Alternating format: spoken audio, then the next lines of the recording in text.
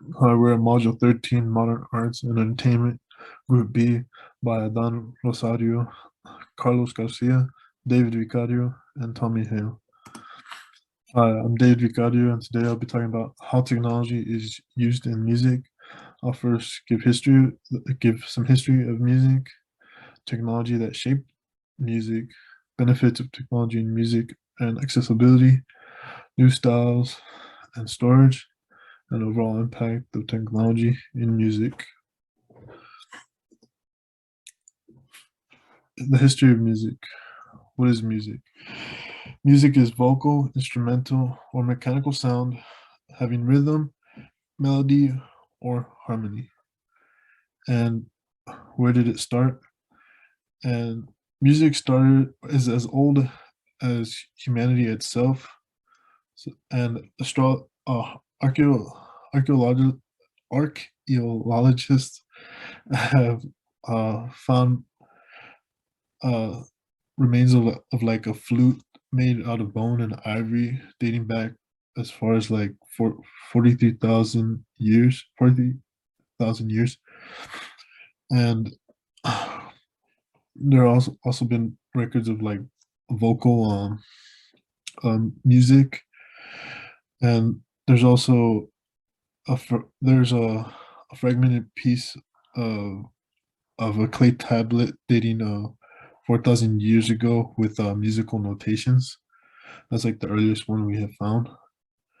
And we as humans make music through singing with our voices, and we have then evolved to making music with instruments. And instruments is a form of like technology. Technology that shaped music. The first one is the phonograph, and Thomas Edison invented the crude cylinder phonograph in 1877. And before that, recording of well, basically what it does is record. It's the first recording of voice, and it plays it. So before that, there's only like live performances, and now with that invention, you could record music using the phonograph, and that the phonograph brought music into living rooms of people across the world. So it was an important invention that helped shape music and how we play it today. Then there's the invention of the tape recorder. The invention of the tape recorder made music reproducible and also alterable. The resulting techniques allowed recorded sound to be fragmented, combined, and distorted, and that manipulation could affect not only sound quality but also time span. So, say if you have like hours long of like music, you can shorten it down to just a few minutes. Then there's multi-track recording. Multi-track recording enables song to be broken down into sections at different time pieces. Allows you to experiment and have more time to perfect a song or album. Without the multi-track record, we wouldn't have like types of songs that we have today. Before, they would just have to record all the song in one sitting, which with the multi-track, they could now do different parts to perfect it. There's also the invention of the synthesizer. That was born out of the desire to create replicate numerous sounds from an orchestra, and they use it through thousands of tracks. And just it's been used since it was created. And there's also MIDI controller. That stands for musical instrumental digital inference. And this technology allows you to hook up to a computer or other musical device to manipulate instrumental simultaneously. So you could have a sound of like a piano playing, and then go to like say like a guitar playing without missing a beat. So it has a smooth transition.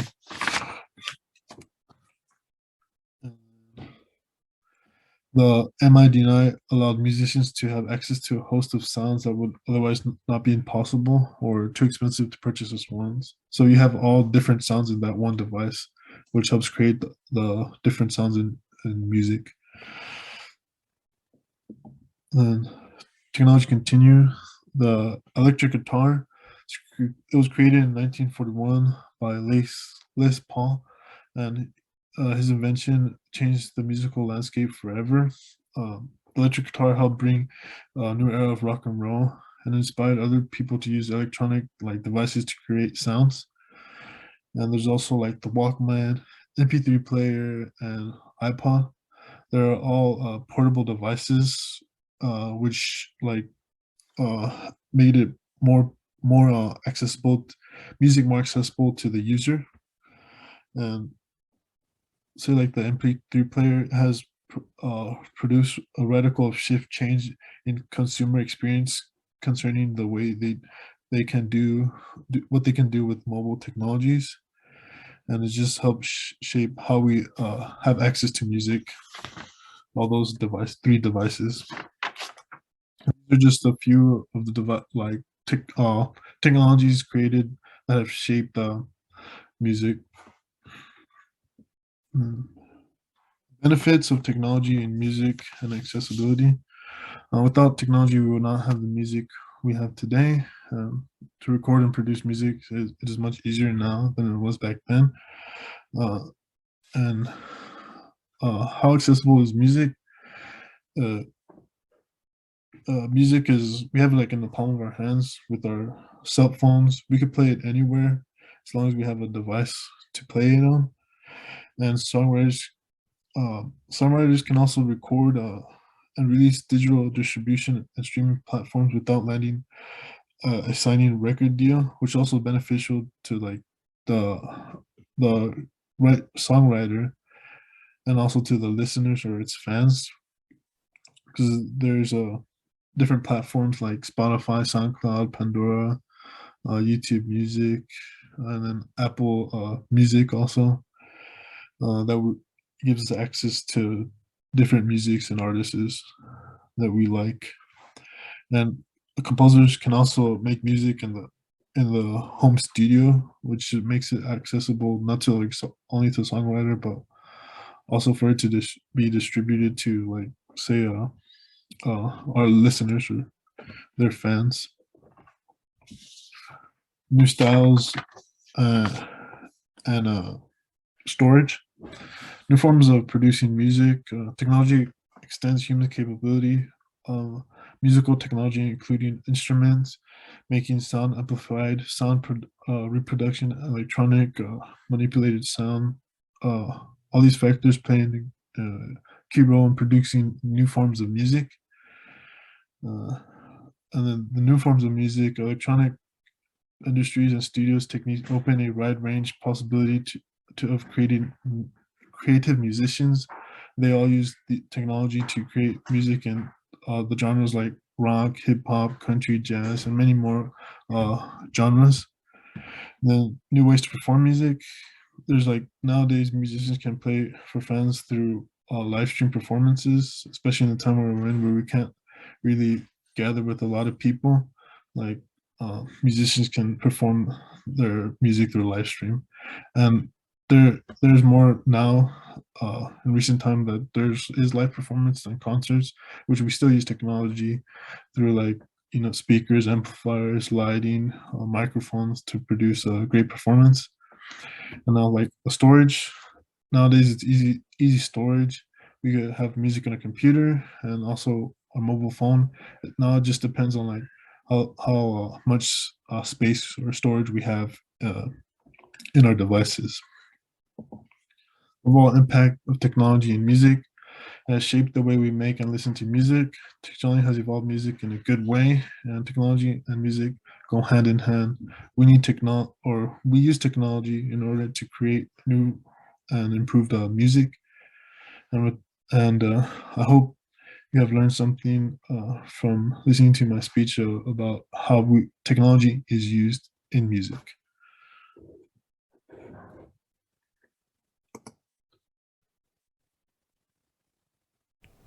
Hello, my name is Tommy Hale, and I'm going to be explaining virtual 3D rides and games. VR. Virtual reality, or virtual 3D, is a technology used for many different purposes such as entertainment, training, and medical practices. What VR does is take us to see another world created digitally. One of the best examples is the movie The Matrix. These worlds can be used to entertain through video games and rides, train astronauts and NASA rover drivers, and finally be used to train medical staff and treat PTSD. Now moving on with the history of virtual 3D rides and games. One of the first VR headsets, the Sword of Damocles, was created by Ivan Sutherland and his student Bob Sproul. Unfortunately, it was too heavy to be used by itself and had to be mounted from the ceiling. That is the first picture of it. First picture. Many would attempt to make copies and use it for their own gain. NASA used it successfully to make VR simulations to help train their staff for multiple situations, while gaming companies like Sega and Nintendo used it to sell their games. Unfortunately, it did not end well for Nintendo and Sega, as they both end up discontinuing their VR products during the 90s due to the many bugs and the overall unpopularity of it. However, many years later, and a few years ago, VR would take the world by storm again, releasing many video games with VR supports, and many new attractions would be created due to the great success of Oculus, Facebook, and many others. Virtual 3D rides have two popular creations as of now, one being the at-home 360 view VR roller coasters rides made to simulate an actual roller coaster in the comfort of your own home, while the other one is in-person VR roller coasters, which you're at the roller coaster doing it, however you have a VR headset which makes it look like an entire different landscape than before.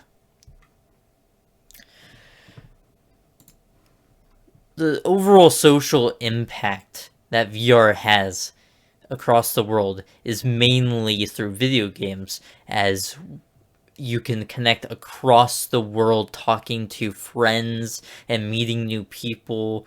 Such games, probably the most popular one is VR Chat, used by many people from different countries to connect and talk about each other's lives and etc. Nearly all arcades, large arcades such as Dave & Buster's or Main Event, you can find some kind of VR game there, such as like a little VR ride where you're in like a coaster and it shakes back and forth. They have a lot of Universal Studios with their Shrek 4D ride and many other rides, such as their Harry Potter one, using magic and stuff. And even at Disney World, I believe the Toy Story one, and even at Six Flags, I believe there is a Scooby-Doo VR ride. So you can find it literally nearly anywhere at any big entertainment places. As for the other uses of VR, besides video games, it's used to train medical staff. And even Oculus partnered with the Children's Hospital Los Angeles to build a VR simulation that allows staff to encounter high-risk situations, train their skills, and learn realistic working conditions, as their job is a matter of life and death. VR is also used in the automotive industry to create new designs and compare them with old ones to create new vehicles for the new age. And finally, military and law enforcement also use VR to train and hone their abilities for critical situations and scenarios, as you never know when a terrorist threat or a shooting or many other terrible things will happen. Other uses of VR include Google Street 3D View, which came out a few years ago, and they have been using cars with cameras on it to map the roads 3D to help determine where you're going if like you do know the address but don't know what the building is look like. I know I've used it before, and so they've created this, used this amazing technology for different ways and different uses. It's really amazing. As for NASA, they've always, to this day, have continued using VR training simulations for many different purposes, such as training astronauts and in like spaceship simulations, and training their rover drivers for Mars and many other places they could possibly take their rovers, trained to how to man them using these simulations. For my final topic, VR is also used for PTSD treatment. Even though this is not your typical therapy session, it doesn't require too much for the patients to imagine and helps get closer to environments where PTSD was caused. This also allows the patient's symptoms to be monitored in real time. With VR, virtual reality, or virtual 3D, new worlds can open up and can make things a little bit easier. Thank you.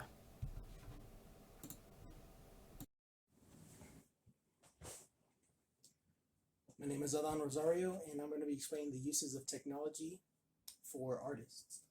So before, artists didn't really use technology rather than their utensils and their canvas, but now modern days they use technology or software, I should say, uh, usually from the Adobe Creative Suite. The ones that artists really use from there is Illustrator and Photoshop. Illustrator is pretty much to create the design, while Photoshop is more to edit it and the final outcome.